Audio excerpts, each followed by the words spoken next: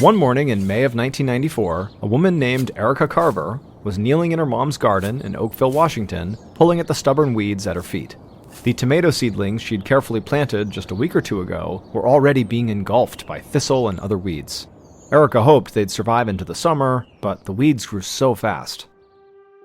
She'd been at it all morning, helping her 64-year-old mom, Maggie, prepare the vegetable garden for the warmer months. All the rain they got up here was a blessing and a curse. It helped turn the whole farm lush and green, but that meant a lot of work mowing grass and pulling weeds. Erica wiped the sweat off her brow and then gave one final tug on a giant thistle still rooted to the ground. Just then, Erica heard a thumping noise, and this noise, which was sort of constant, got louder and louder like it was getting closer. A moment later, Erica looked up to see what was making the thumping noise. Two enormous black helicopters appeared just above the tree line. The cows started shuffling nervously and some began to moo as the helicopters flew over them. The choppers were moving so slowly that Erica thought it almost looked like they were searching for something on the ground. She turned to her mother and asked her if she knew what was going on. But Maggie just shrugged and continued weeding. Without even glancing up at the sky, she told her daughter that helicopters had actually been doing flyovers in the area for months now. Nobody really seemed to know what they were doing, but they seemed harmless. Erica watched the helicopters until they disappeared into the distance. It definitely did not seem like a regular flyover to her. But if her mom wasn't worried, Erica wasn't going to dwell on it either. So Erica got back on the ground and kept tending the garden. About 4 months later, on the morning of August 7th, 1994, Erica peered out the window of her mother's farmhouse on another rainy day. It had taken some time for Erica to get used to the Washington weather after moving here from the Arizona desert to help her mother now that Maggie was getting a bit older. But Erica had come to like the wet climate. And as she looked out the window, she could see that all the rain she was starting to like had given them an abundance of tomatoes. Erica went out to the kitchen to make herself some coffee before she began her chores for the day. But as soon as she got to the kitchen, her mother's dogs burst inside, followed by her mother, whose face was as white as a sheet. Erica shouted over the dogs, who were barking like crazy, and asked her mother what was going on. Maggie said she had let the dogs out while there was a lull in the storm, and when she was over near the barn, Maggie said she noticed there were all these strange things all over the box of firewood. They almost looked like hailstones, but when she touched one, it felt soft and jiggly. Erica was very confused by this and just went outside to see for herself. As she walked to the barn, sure enough, Erica saw dozens of small, transparent, gelatinous blobs covering the ground. And as Erica neared the box of firewood that her mom had referenced, she saw that it was covered in these strange objects. Erica walked over to the garden, and she saw the plants were also drenched in this slimy goop, as though it had rained transparent slime. And so Erica looked up at the sky, and then back down at the tomatoes and lettuce, and wondered if it was even safe to eat the vegetables now.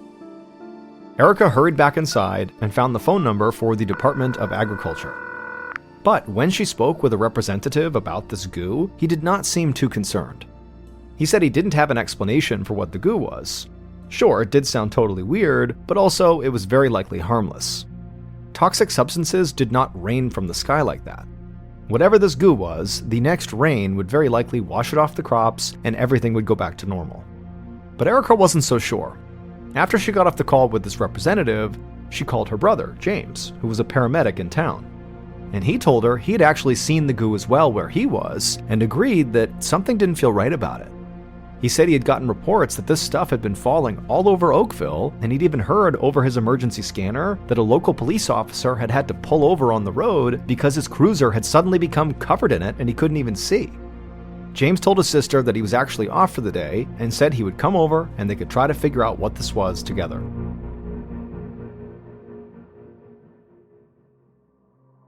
A little later that day, Erica and her mother sat in the living room with James. And Erica told her brother that the Department of Agriculture guy had said the goo was harmless and therefore, the crops were fine to eat. But James agreed with Erica. He wasn't sure the crops were actually safe to eat, despite what this guy said. And they couldn't be positive until they knew more about the goo. And so Erica and James decided to go outside to have a closer look, and just in case this stuff was actually dangerous, they told their mom to just stay inside. Once the brother and sister were out in the yard, James reached into his pocket and pulled out 2 sets of latex gloves. Erica had asked him to bring them over as a precaution. Back in Arizona, Erica had worked for the Occupational Safety and Health Administration, or OSHA, and so she knew from experience that unknown substances should be handled with care until they knew for sure that it was not toxic. Erica kneeled down next to some of the goo, James right beside her, and carefully she scooped up one of the blobs into a glass jar. The transparent, viscous goo wasn't moving on its own, but when she touched it, it jiggled, almost like Jell-O. Over the next few minutes, they scooped up enough of these blobs to fill up the jar, and there were still countless more of these small gelatinous globs all over the yard. Erica put the lid back on the jar and then held the jar up to the sunlight. She could see the blobs were completely transparent, like aloe vera gel. Erica was fascinated. She had always been curious by nature, and her old job with OSHA had really taught her to think like a scientist. So she decided to do a little experiment. Back inside, Erica set up a makeshift laboratory in the kitchen. She placed 3 bowls on the counter, one filled with water, another with rubbing alcohol, and the last was empty. Then her brother James reached into the glass jar and pulled out the first blob. She noticed it stuck to his latex gloves. Erica held her breath as James carefully placed the blob into the water bowl, and right away the blob just sort of floated on the surface. Now, this didn't answer a whole lot of questions, but what it did do is tell her that the blobs had to contain chemicals other than just water. If it was just water, it would have broken apart and dissolved inside of the water, but it didn't. And so Erica reached out and took another blob with her gloved hand and placed it into the alcohol bowl. And again, it did not dissolve. Erica urged James to be gentle as he placed the final blob into the empty bowl, and then she watched as her brother held a lighter to that blob for a few seconds. But the fire did nothing. It didn't burn the blob at all. Erica was intrigued. She was not exactly sure what any of these reactions truly meant. All she knew was that she still had no idea what the substance could be. And when she made eye contact with her brother, she could see from the expression on his face that he also was totally confused. The following day, Erica was at her mother's house when she suddenly heard a loud thud coming from her mother's bedroom. Erica ran into the room to find her mom lying on the floor with her face pale and sweaty. Erica rushed to her mother's side and cradled her mother's head, and Maggie looked back at Erica with these glazed eyes. And after she sort of composed herself, Maggie told Erica that the room had just started spinning and she felt nauseous, and then she said everything had gone black and she collapsed. Erica helped get her mother into bed and then ran to the phone to call 911. After she placed the call and was just sort of pacing around the kitchen, she spotted the jar of goo on the counter. And suddenly a thought popped into her head. Her mom had actually been the only one to touch the strange blobs without gloves on. What if these blobs had something to do with her sudden illness?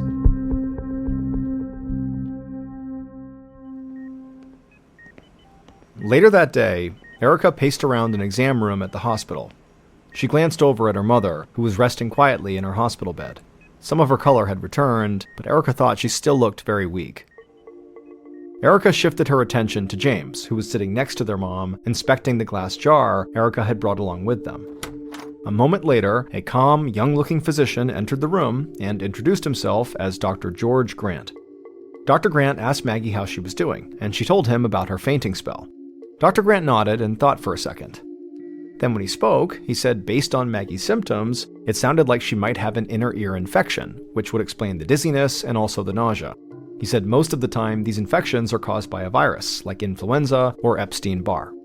But Dr. Grant said he couldn't be sure without further testing. If Maggie didn't get better in a few days after managing her symptoms, he might have to order a CT scan or an MRI. In the meantime, she would stay at the hospital for monitoring.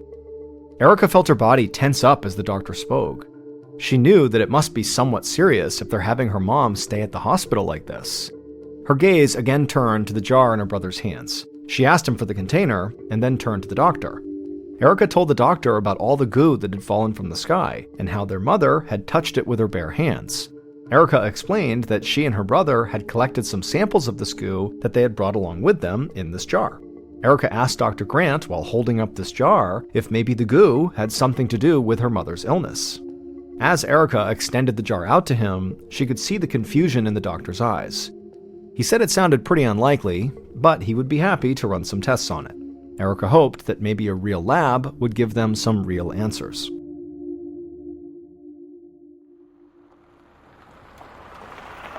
That evening, Erica and James pulled up to their mother's farmhouse.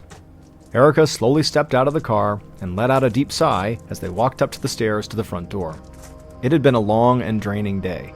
All Erica could think about now was crawling into bed and falling asleep. Erica reached inside of her purse and pulled out the keys to her mother's house. But when she looked up again, her heart nearly stopped. Her mom's new kitten was sprawled out on the deck. Erica rushed over and kneeled down next to the cat, and she saw it was dead. Erica's mind raced as she looked down at this tiny, motionless creature. She didn't see any bite marks or scratches on it. In fact, the cat looked absolutely fine from the outside. If she didn't know any better, she would have thought it was just sleeping. Then a realization hit Erica. First, her mother had gotten sick, which they thought might have something to do with these blobs that apparently came out of the sky. And now her mother's kitten had died suddenly with no clear marks or injuries on it. Could its death maybe be connected to these blobs as well? Erica turned to James and asked him what he thought, and he kind of shrugged. And then Erica wondered aloud if maybe the cat had tried playing with this goo, or maybe even tried to eat it. Earlier, before they had left the hospital, Dr. Grant had told the siblings that a lab analysis showed that these blobs contained human white blood cells. However, the hospital didn't have the equipment to test for anything beyond that. Now, the white blood cells themselves were not toxic, but the doctor had no idea what else could be in these blobs, so they could definitely be harmful. And so as Erica and her brother just stood on the porch stunned, Erica thought to herself, if the blobs did kill the cat, what were they going to do to her mother?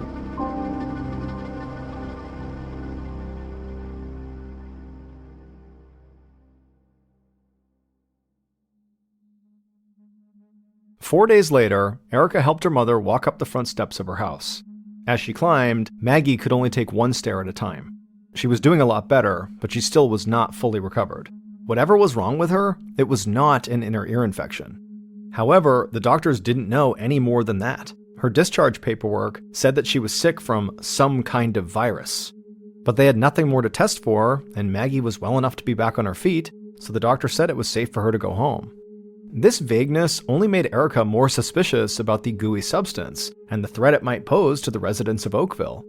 The day after she and James had found the dead kitten, Erica shipped a sample blob to the Washington State Department of Health and personally delivered a second sample to the State Department of Ecology, and she'd been waiting for the results ever since. Erica carefully guided her mother through the front door and to her bedroom, her mind still very much on the blobs. Once her mom was all settled in, Erica made her way back to the kitchen. As she filled up a glass of water to bring to her mother, the phone rang, and Erica ran and picked it up immediately. It was the Department of Ecology. Erica felt her heart start to race as she listened to the government official on the other end of the line. He told her that they had run some tests, and they determined that the goo had come from a living organism. However, the hospital lab had been wrong. The blobs did not contain any human white blood cells. The department scientist thought the blood cells had come from jellyfish. To Erica, this made zero sense, and that's what she told the scientist. The closest beach was almost 40 miles from Oakville, so how could a jellyfish, or parts of a jellyfish, fall from the sky 40 miles from the ocean? The scientist said he had no idea. He knew this explanation sounded crazy, but according to the sample, that's what it was. Erica thanked the official for looking into it, then she hung up and walked to the dining room table to sit down. As Erica rested her chin on her hands and tried to make sense of what the official had just told her, she glanced down at the day's newspaper sitting on the table, and the front page was littered with headlines about the, quote, Oakville blobs. Erica picked up the paper and began reading. People all over town had apparently been seeing these things, including that police officer James had mentioned, and it seemed like the blobs were making other people sick too. One article said that an estimated 30 Oakville residents had become ill, and they all had the same flu-like symptoms as Maggie. And as Erica kept reading, she saw that hundreds of dead crabs had washed up on a beach about 100 miles away. The paper said that a gelatinous substance had washed up alongside the crabs. At the mention of this beach, Erica's mind snapped into focus. Erica turned to another article where one scientist offered a theory that maybe a large swarm of jellyfish had been sucked up by a powerful waterspout, like a small tornado out on the ocean. The waterspout had then whirled the jellyfish around like a blender until they were reduced to small pieces and hurled up into the sky, and then those pieces rained down on Oakville. Erica still thought it was totally crazy to think these were jellyfish falling from the sky, but maybe they were. However, that still didn't explain why these blobs, whether they were jellyfish or not, had killed animals and made more than 30 humans sick. Maybe, if these really were jellyfish, it was a particular kind of jellyfish that was poisonous. Just then, Erica heard raindrops bouncing off the roof. She looked up from the paper and towards the window, and she gasped, because once again, it was raining blobs.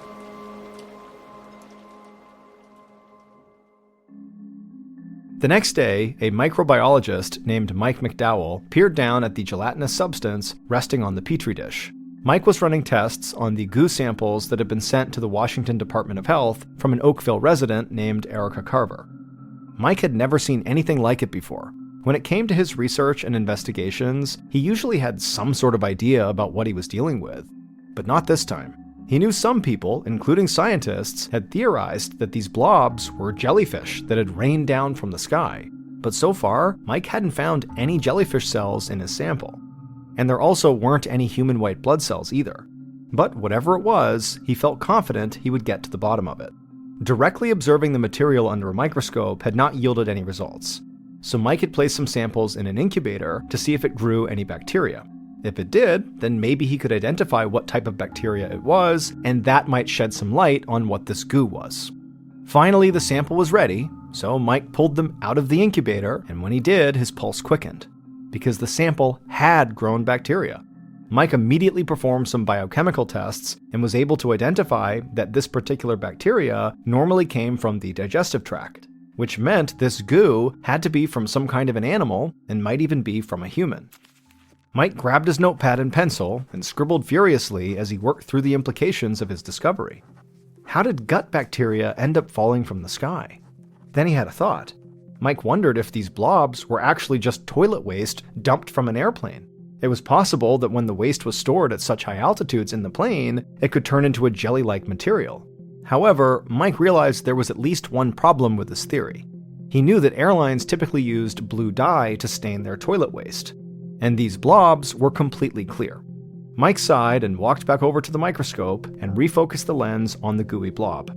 As he stared at the sample through the microscope, he started to wonder if this was a man-made compound called a matrix, which is a carrier or delivery system for other chemicals. It's like an envelope you can use to contain dangerous substances without anyone detecting it. More specifically, a matrix can be used to deliver a harmful substance to an unsuspecting target.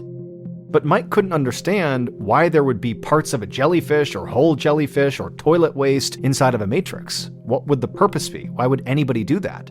His mind raced as he thought through the possibilities. Then it hit him. A matrix containing dangerous elements does not just randomly appear in a rainstorm. Someone had to place it there. Mike paced around the lab as he toyed with this idea. If he was correct, then these blobs were more than just a strange phenomenon. It seemed crazy to even think about, but he couldn't help but wonder. Could it be they were some kind of bioweapon? Mike was starting to get a headache and decided he would come back to his work tomorrow. So he carefully removed the sample from the microscope, he placed it back inside the container and sealed the lid shut. Then Mike carried it to the biosafety storage facility next to his lab. The separate secure room contained a cabinet where Mike stored important samples and materials. He gingerly placed the container into the cabinet and shut the glass window.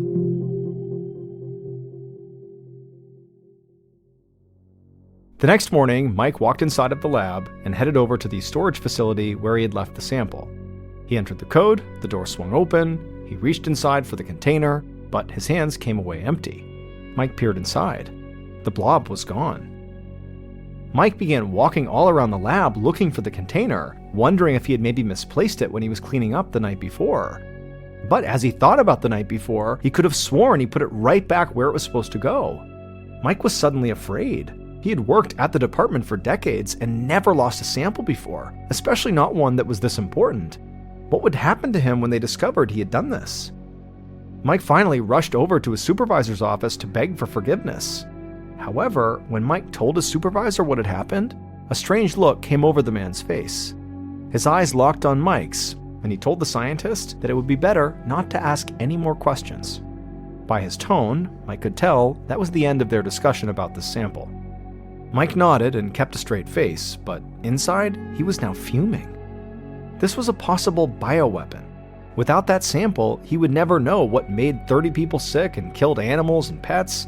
It was a crushing blow to this investigation. Not only could it have brought peace of mind to the people of Oakville, but possibly it could have exposed a dangerous weapon being used against people of this country.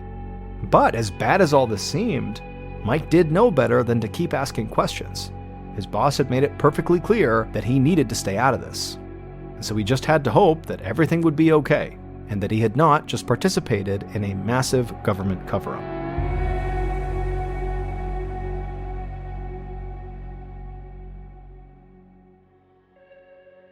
Throughout 1994, a total of 6 storms dropped gelatinous blobs on the city of Oakville, Washington. Dozens of pets and livestock died, but thankfully, Maggie Carver and the other 30 residents who got sick after touching the blobs all recovered. Erica continued to send out samples of the blobs she had collected, hoping somebody would finally learn the truth about what they really were. But no one ever came forward with an official explanation. Theories like pulverized jellyfish or airplane waste have never been confirmed.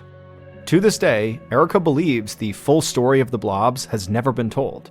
Just as the scientist Mike McDowell began to suspect, Erica feels certain that these blobs might be part of some secret government experiment. After learning about McDowell's theory that the blobs could be some kind of bioweapon, Erica thought back to the black unmarked helicopters she saw over her mother's farm that summer. Those kinds of helicopters are frequently associated with secret government projects, and so she wondered if they had something to do with these blobs. It just seemed like too much of a coincidence for them not to. But like all the other theories around these blobs, this one has also never been confirmed. She and her family still don't know why those helicopters were flying slowly over the area around the same time the blobs fell. And so for now, the Oakville blobs remain an enduring mystery.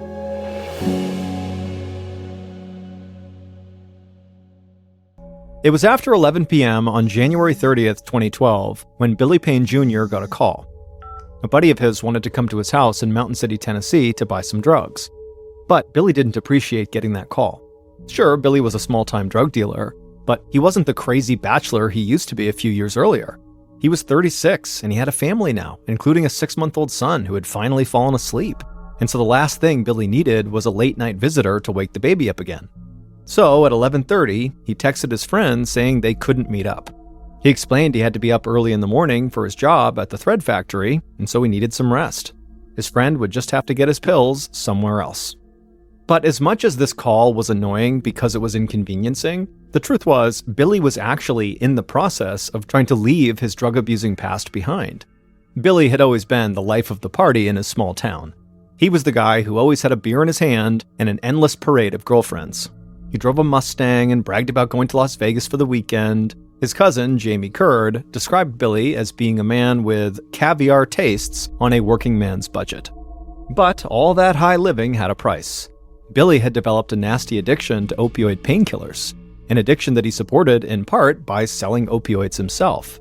Billy knew he'd made his share of mistakes in his life, including the fact that he had a young son in Florida that he never saw, but his opioid addiction was the worst. It clouded his judgment, it sucked up his money, and always left him feeling desperate for more. After Billy finished texting his friend, telling him not to come over, he went to go peek in on his baby, Tyler, who was all tucked into his crib. Billy smiled at the baby, and then he headed down the hall to join his girlfriend, Billie Jean Hayworth, in bed. Billie Jean was 13 years younger than Billy, and she was slender and pretty, with short brown hair. She was also an outdoorsy Tennessee girl who loved nothing better than fishing, hiking, and camping. Billy had had his eye on Billie Jean from the moment she had come to work on the cleaning crew at the thread factory 3 years earlier. And soon after they had met, the two started spending all their time together. By 2010, Billy had invited Billie Jean to move into the small one-bathroom house that he shared with his father. By 2011, Billie Jean was pregnant with Billy's child. That same year, Billy had begun going religiously to an opioid treatment center and taking a prescription drug to control his cravings. And while the new year was still only a few weeks old, Billy still had a feeling that this year, 2012, would be the year he could finally start calling himself a former opioid addict. Billy felt grateful as he looked down at his sleeping girlfriend, but he didn't look for long. He was really tired, and as soon as he laid down and his head hit the pillow, he fell asleep. But parents of infants rarely get to sleep for very long. and just after 5 a.m., baby Tyler started wailing from his crib. Billie Jean wearily swung her feet out of the bed and onto the floor, and then set off down the hall to try to calm the baby down. Billy woke up to all the commotion, and he lay there quietly, listening to the sounds of Billie Jean heating up a bottle for Tyler. He could also hear another voice out in the kitchen. It was his father.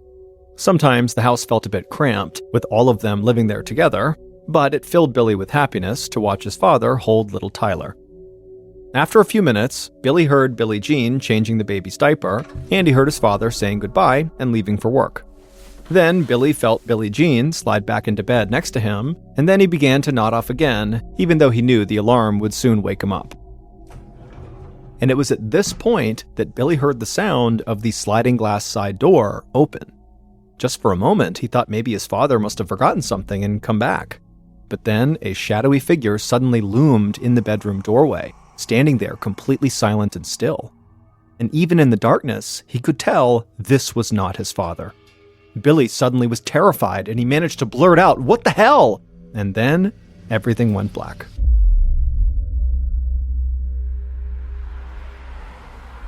Less than an hour later, at 6:25 a.m., a friend of Billy's pulled into Billy's driveway, just like he always did on weekdays. He worked at the thread factory with Billy, and they usually carpooled. From outside, the friend could see that Billy and Billie Jean's bedroom light was on, but the friend didn't want to burst in, so he sent Billy a text, asking if he was going to work today. When Billy didn't respond, his friend went around the side of the house, and then went into the house through the sliding glass door that Billy and Billie Jean always left unlocked. He called out for Billy, but got no answer, so he used the family's landline phone in the living room to call Billy's cell phone twice. But each time, no one picked up. But just then, the friend wondered if maybe the reason Billy and Billie Jean were not responding to him was because they were sharing a private, intimate moment in their bedroom, and basically the friend had walked in on them. And so out of respect, the friend just stopped what he was doing, left the house, and figured, Billy would be in touch at some point. Almost 4 hours later, another family friend, whose name was Roy Stevens, came to Billy and Billie Jean's house to pick up some mail that Billy and Billie Jean were holding for him. And just like the friend from earlier, Roy also ended up going into their house through the unlocked glass sliding door and began calling out for Billie Jean and Billy. And when no one responded, Roy walked down the hall to the couple's bedroom and went inside. And what he saw gave him the shock of his life. Billy was lying on his back on the bed, not moving and covered in blood. Roy ran to Billy and shook his arm, but it was useless. Billy was totally lifeless. Roy began screaming, "No, no, no," over and over and over again. Then he rushed outside and yelled for his wife, who was waiting in the car, to call 911. Then Roy went back inside, and he would make an even more shocking discovery. He heard a murmur coming from the baby's bedroom, and when he went into that bedroom, he saw Billie Jean lying on the floor in a pool of blood. And there in her arms was her baby, breathing but asleep. The baby's forehead was smeared with their mother's blood. Roy couldn't believe what he was looking at, but he just reached down and scooped up the child, and then ran out of the house as fast as he could. Minutes later, paramedics reached the house, but there wasn't anything they could do for Billy and Billie Jean. The EMTs said the couple had likely been dead for hours. This was now a job for homicide detectives. Agent Scott Lott, a veteran detective with the Tennessee Bureau of Investigation, was one of the first law enforcement officials on the scene, and he began photographing everything he saw. He knew immediately that this was not your typical East Tennessee murder that grew out of an alcohol-fueled argument or a domestic dispute. This was something more sinister. It looked like Billy had been shot with a single bullet before he could even get out of bed, and he also had this deep gash on his throat. Lott left the bedroom and walked down the hall to the nursery, and he saw Billie Jean lying on the floor by her baby's crib. She had also been shot with a single bullet. Lott knew she had to have been killed while she was clutching her baby, and the thought of that was so disturbing and just so sad. Lott got down on his hands and knees and began to look for the actual bullet that killed Billie Jean, and he found it lodged in the baby's bouncy seat. Lott was amazed that the baby had somehow been left unhurt in all of this carnage. Aside from the murder victims themselves, Lot felt like the house seemed remarkably undisturbed. There was no sign of a struggle or a robbery or destruction of Billy and Billie Jean's property. Whoever committed these murders was very clean and efficient. After Lot's initial search of the house, he walked outside and waited for Billy's father to come home. Billy's father choked back sobs when he came roaring up to the house in his truck. He had gotten a call from a sheriff's deputy telling him what had happened at his house. He stepped out of the truck, and Detective Lot went over to meet him. Billy's father told Lot that everything had seemed perfectly normal when he left that morning. Billie Jean had been feeding the baby in the pre-dawn darkness, and he was getting ready for work. And now, just a few hours later, his whole property was marked off with yellow police tape, and his son and his son's girlfriend were dead. The old man just couldn't make any sense of it. But as Lot listened to Billy's distraught father, it dawned on him that the killer or killers must have planned the attack in great detail. Billy's dad said he left for work at 5:30 a.m., and Billy needed to go to work an hour later. That left only 1 hour when Billy and Billie Jean would have been home alone with the baby. Lot thought the chances were good that the killer or killers had been waiting in the dark outside the house for their opportunity to attack this young couple, and the thought of that just made Lot's skin crawl. By 2 p.m., the detectives were ready to release the bodies to the morgue for autopsy, and Lot was eager to start talking to people who knew the victims. His investigators had combed every square inch of the house and learned almost nothing from it. Lot didn't know whether he was dealing with a drug cartel hit or a serial killer or something else entirely.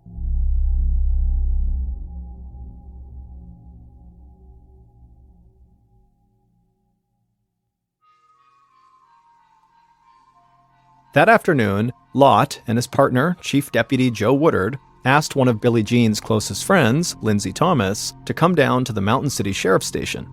They hoped she might be able to provide some information about Billie Jean that could help the investigation. Lindsay had clearly been crying, but she came to the station ready to help find the killer or killers, even if that meant telling some of her friends' secrets. Lindsay said she suspected that the murders had something to do with drugs. She had visited Billie Jean at home the day before the killings, and Billie Jean had told her that she was selling opioid pills to help pay for Tyler's baby supplies. And Lindsay knew that Billie Jean's boyfriend, Billy, also sold opioid pills. And so Lindsay told Lot that between the two of them, they could have been in touch with some very dangerous people who would not hesitate to hurt or even kill them if something went wrong. This was news to Lot. Billy and Billie Jean did not have criminal records, and they were not under investigation by the narcotics squad either. But maybe the couple was just good at avoiding unwanted attention.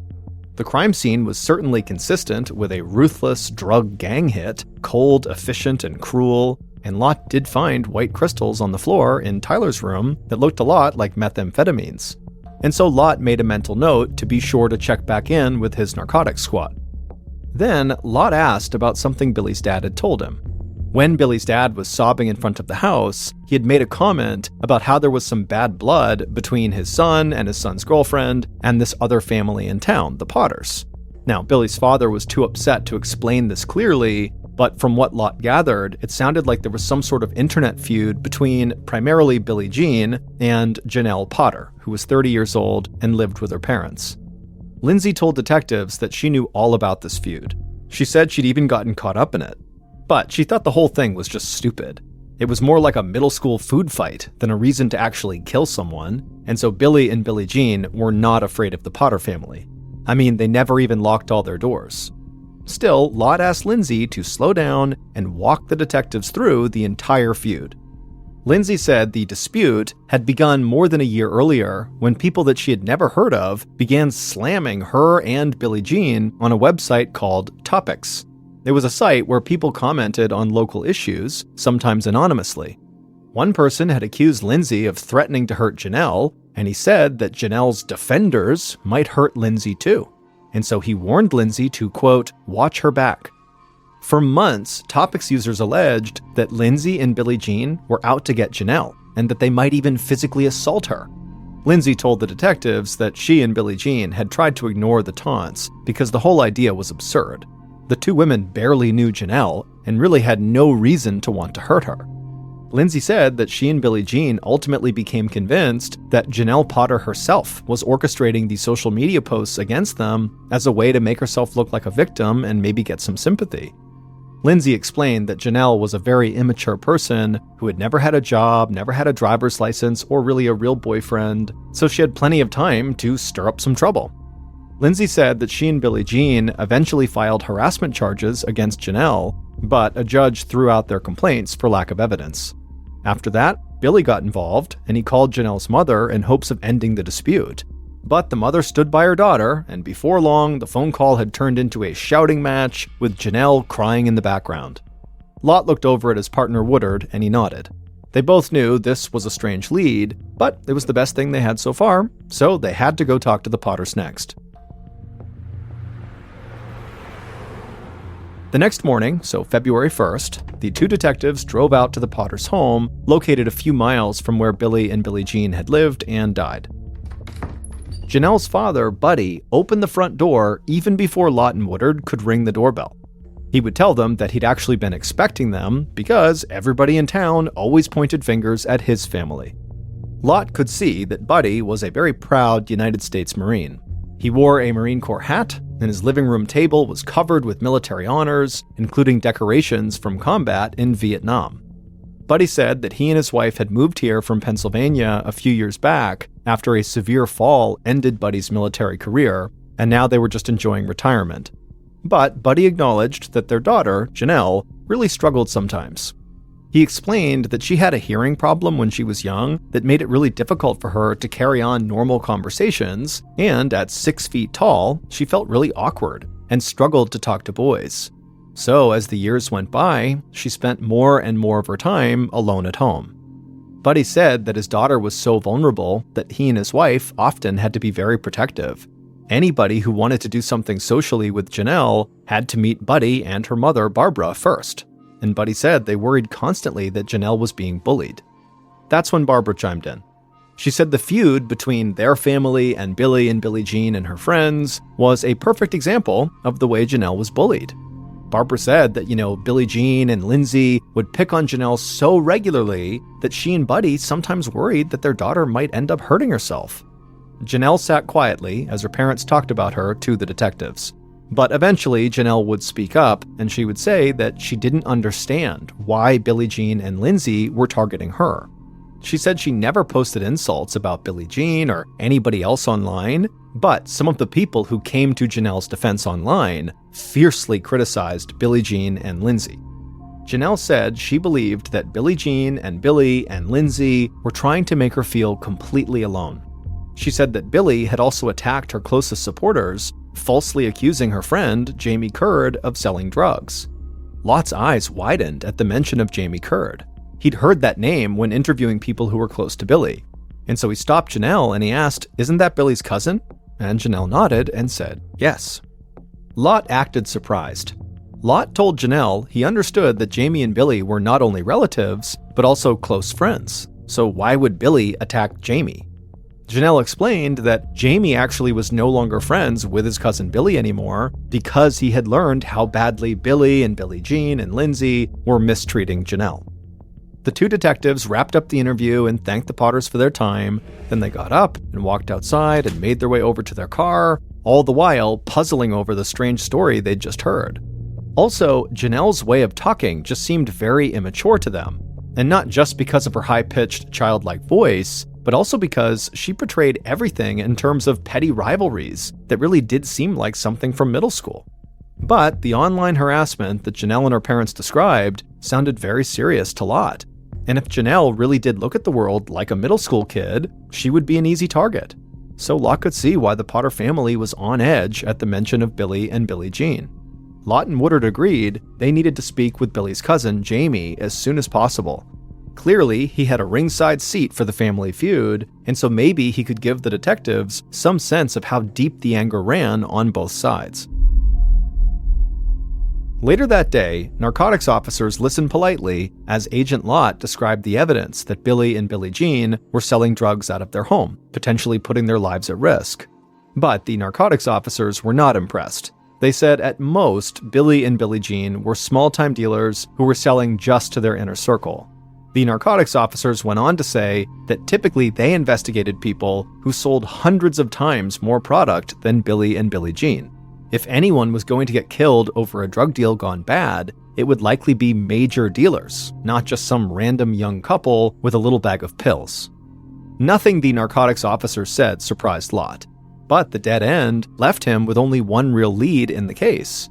Now he was even more interested in his upcoming conversation with Jamie Curd. By the time Jamie walked into the sheriff's office on Thursday, February 2nd, so 2 days after the murder, the detectives had thoroughly scrubbed his background.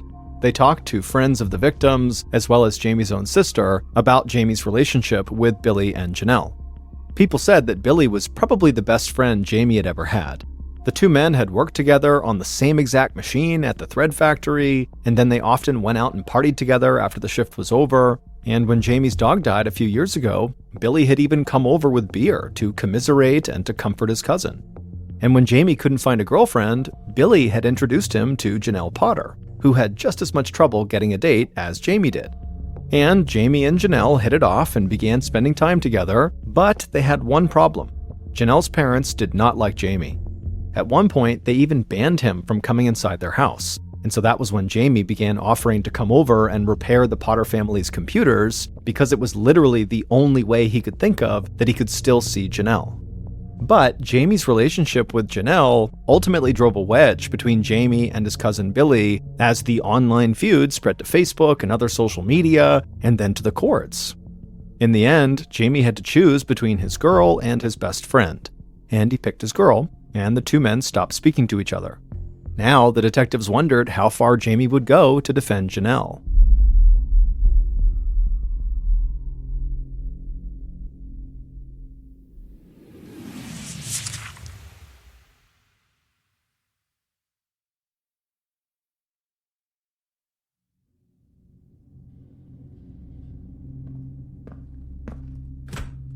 From the moment Jamie entered the police interview room, with a baseball hat pulled down low over his sleepy eyes, Lott had the sense of a man who was a follower, not a leader.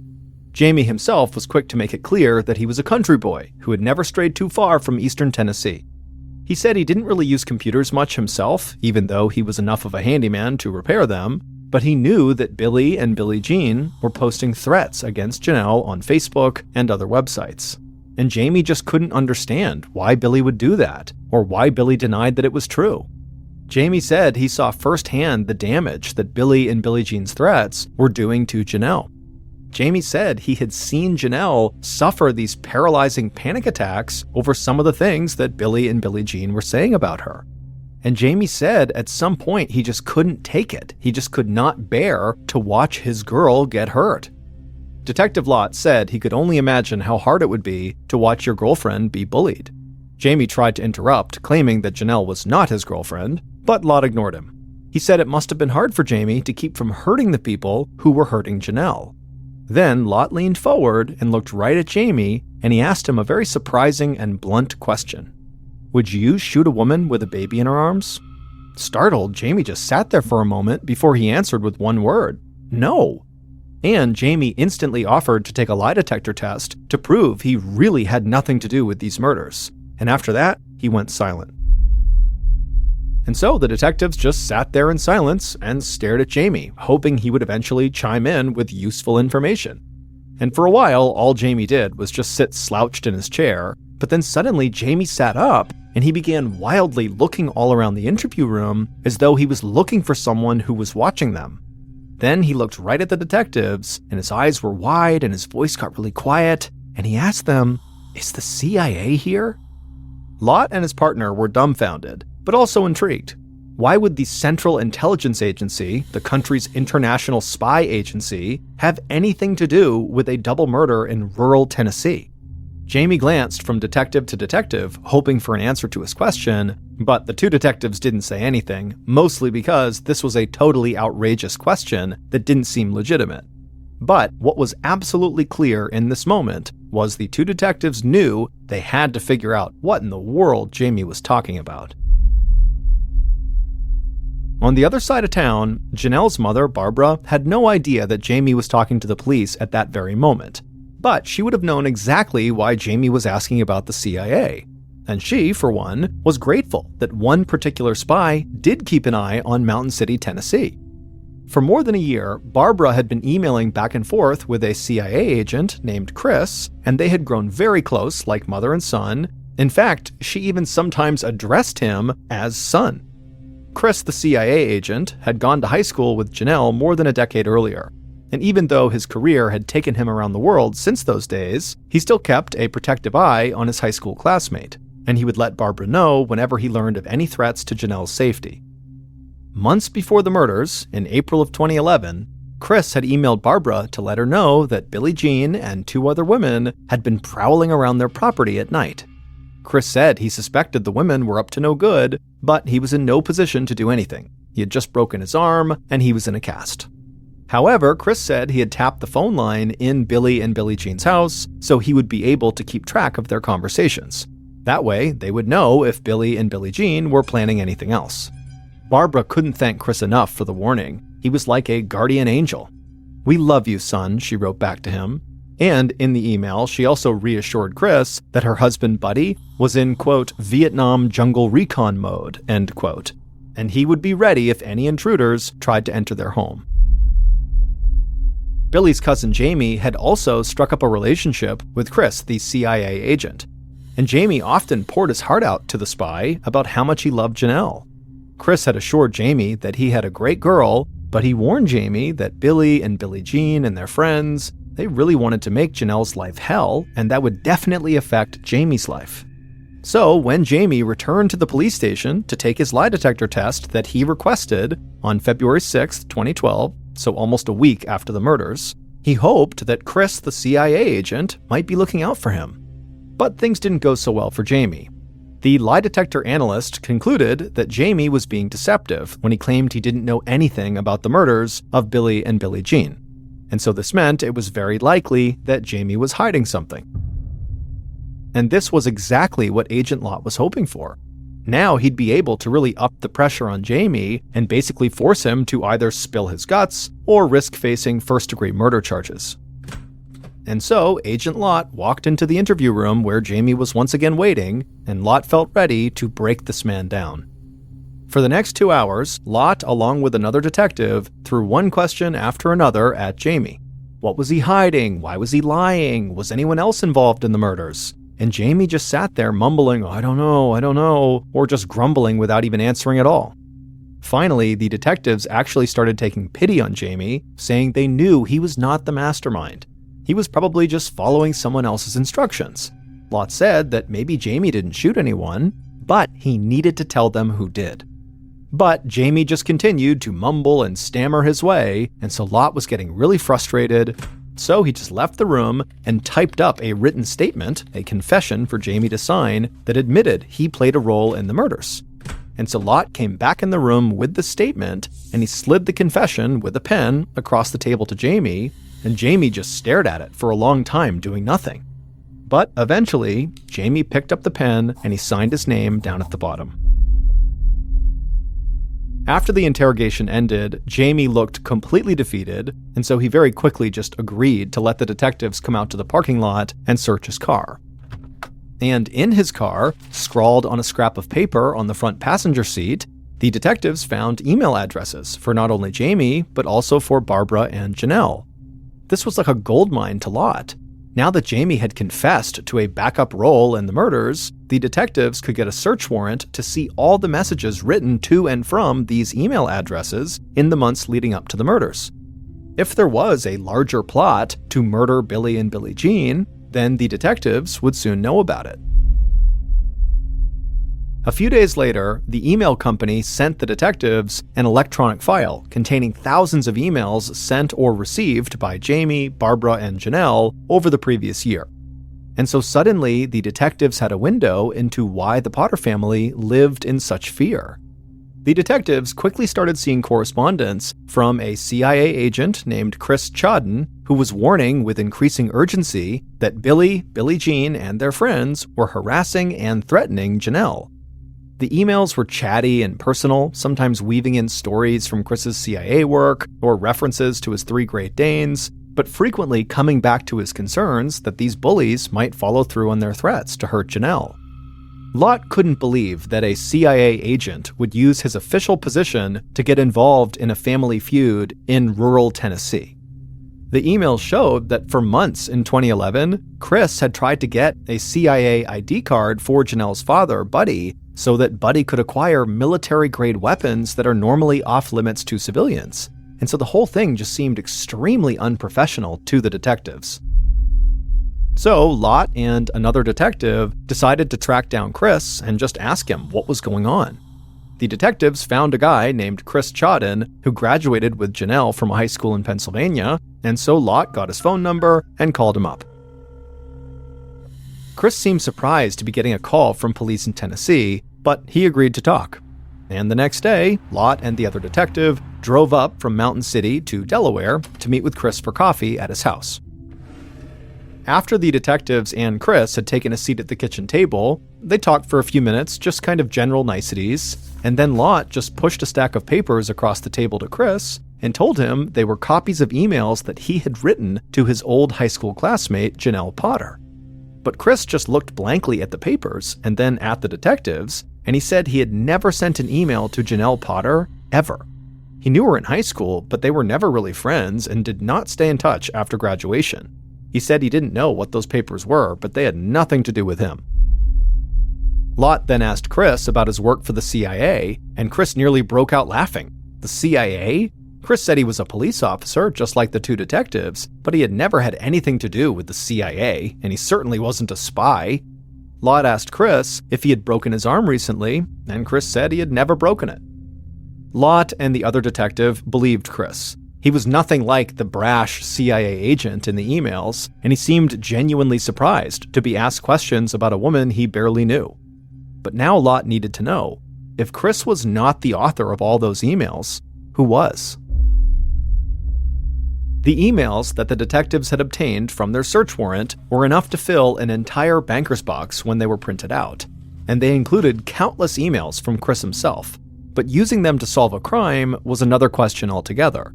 They were not in any particular order, and they covered a wide array of subjects, from everyday trivia like Janelle's love of floppy-eared dogs to Chris's tale of international assassinations. If investigators were going to figure out Chris's true identity, they needed a specialist who could really focus and not be distracted by every twist and turn of the investigation. So they turned to a veteran state prosecutor, Dennis Brooks, who agreed to read every single email until he had a better sense of who Chris really was. For days, Brooks spent his evenings immersed in the electronic world that the Potters and Jamie shared with Chris. Brooks concluded that Chris, if nothing else, wrote like he was a homicidal maniac. In notes to Buddy, Barbara, and Jamie alike, Chris would talk about the need to eliminate Billy and Billie Jean and their friends. He closed one message in particular to the Potters with the words, "Kill, kill, kill," all in capital letters. And of course, Brooks suspected that whoever this person was, this Chris person, they did not work for the CIA. Real CIA operatives, the kind who killed people as part of their job, were notoriously secretive, and Chris was anything but. He seemed to openly brag about his most important assignments. But there was one striking thing about every single one of the notes from Chris that convinced Brooks that the real author, the real Chris, could only be one person. And that person was the mastermind behind the murders of Billy and Billie Jean, using others as unwitting pawns.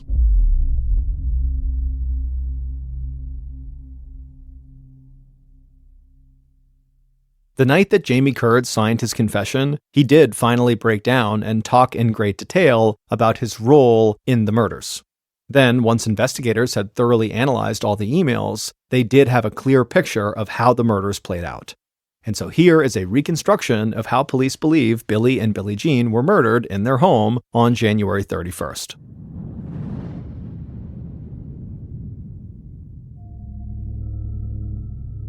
Around midnight on January 31st, so right as Billy was crawling into bed, a few miles away, Billy and Billie Jean's killer told Jamie that they needed a favor from him. Would Jamie take a ride to Billy and Billie Jean's house and stand lookout? Jamie knew what this favor really meant. The killer was finally going to take drastic action against Billy and Billie Jean, and they needed someone else for backup. Jamie did not like this idea, but he had known this night was coming for months, and so he agreed to go. So Jamie and the killer drove to a church that was near Billy and Billie Jean's house, where they could see whoever left or entered, and they waited. Eventually, they saw the light go on as Billie Jean brought her baby into the kitchen for a bottle. Then they saw Billy's father packing his lunch for work, and then walking out the door around 5:30 a.m. This was the moment they were waiting for, when Billy and Billie Jean were all alone with just their baby in the house. Now, the couple was going to get what was coming to them.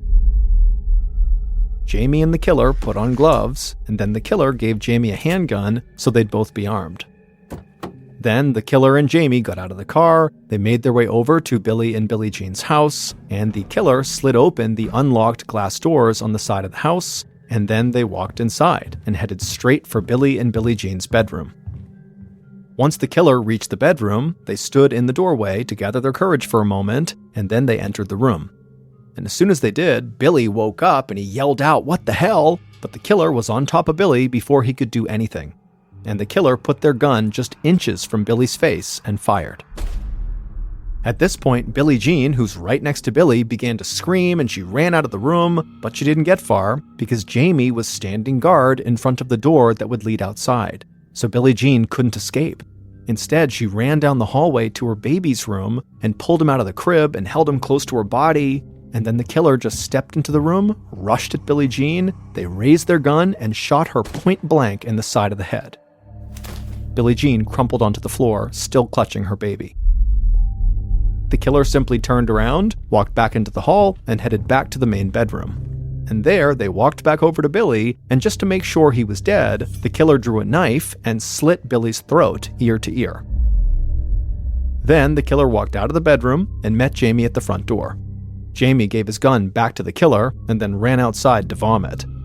And that was it. The intruders got back in their car and sped off. They were in and out of the house in less than 3 minutes, leaving behind 2 dead bodies and a baby who would grow up without parents. But the killer was satisfied with what they had done. At least now his daughter, Janelle, would be safe. Buddy Potter, Janelle's father, killed Billy and Billie Jean. But police did not believe he was the one who actually set the murders in motion, or that he was the one pretending to be the mysterious CIA agent, Chris. Still, police easily had enough evidence to arrest Buddy, and they hoped that once they had him in custody, he would confirm that somebody else had pushed him to kill. But Buddy owned dozens of guns, and he often carried them no matter what he was doing, whether he was mowing the grass or out at a restaurant, he was always carrying. So when Agent Lott and Chief Deputy Woodard drove out to the Potter house early on a mid-February morning to arrest Buddy, they called ahead to let Buddy know they were just coming by with some follow-up questions. The last thing the 2 detectives wanted was to surprise Buddy and accidentally trigger an armed standoff. When they got there, Buddy let the 2 detectives into the house, but the moment Lott told him they were actually there to arrest him for murder, Buddy reached for a gun. But Lott and Woodard were ready, and they instantly tackled Buddy, pinning his arms and getting him into handcuffs. Then they dragged him outside, put him in the cruiser, and went back to the sheriff's office.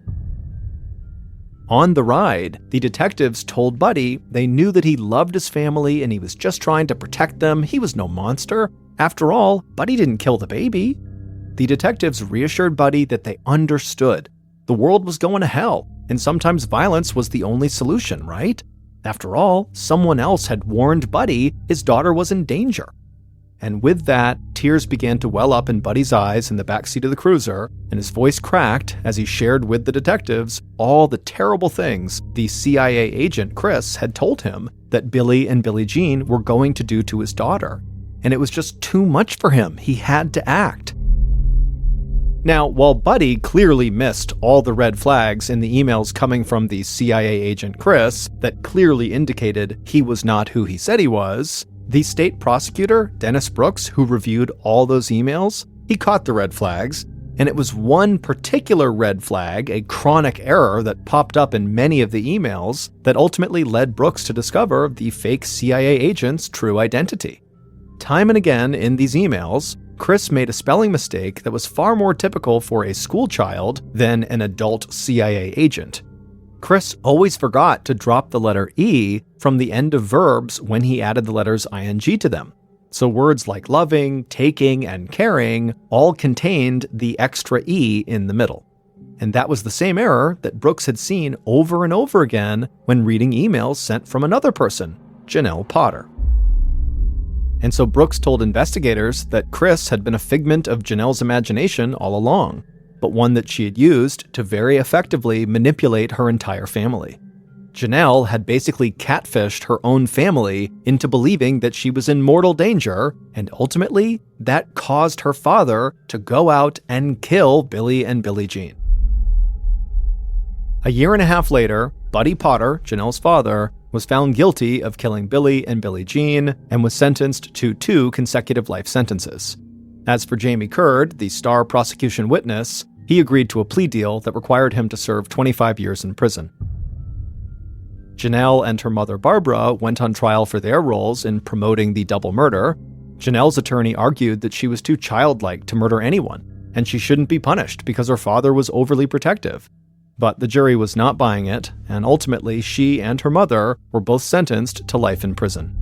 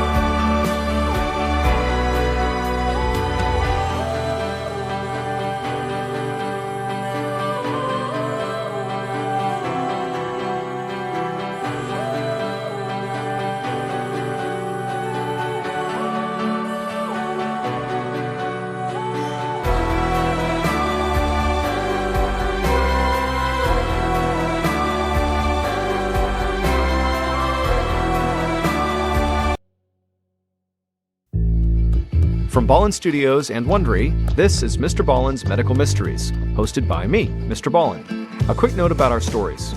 They are all inspired by true events, but we do sometimes use pseudonyms to protect the people involved, and also some details are fictionalized for dramatic purposes. And a reminder, the content in this episode is not intended to be a substitute for professional medical advice, diagnosis, or treatment. This episode was written by Natalie Pritzovsky. Our editor is Heather Dundas. Sound design is by Ryan Potesta. Our senior managing producer is Nick Ryan. And our coordinating producer is Taylor Sniffen. Our senior producer is Alex Benedon. Our associate producers and researchers are Sarah Bytak and Tasia Palakonda. Fact-checking was done by Sheila Patterson. For Ballin Studios, our head of production is Zach Levitt. Script editing by Scott Allen and Evan Allen.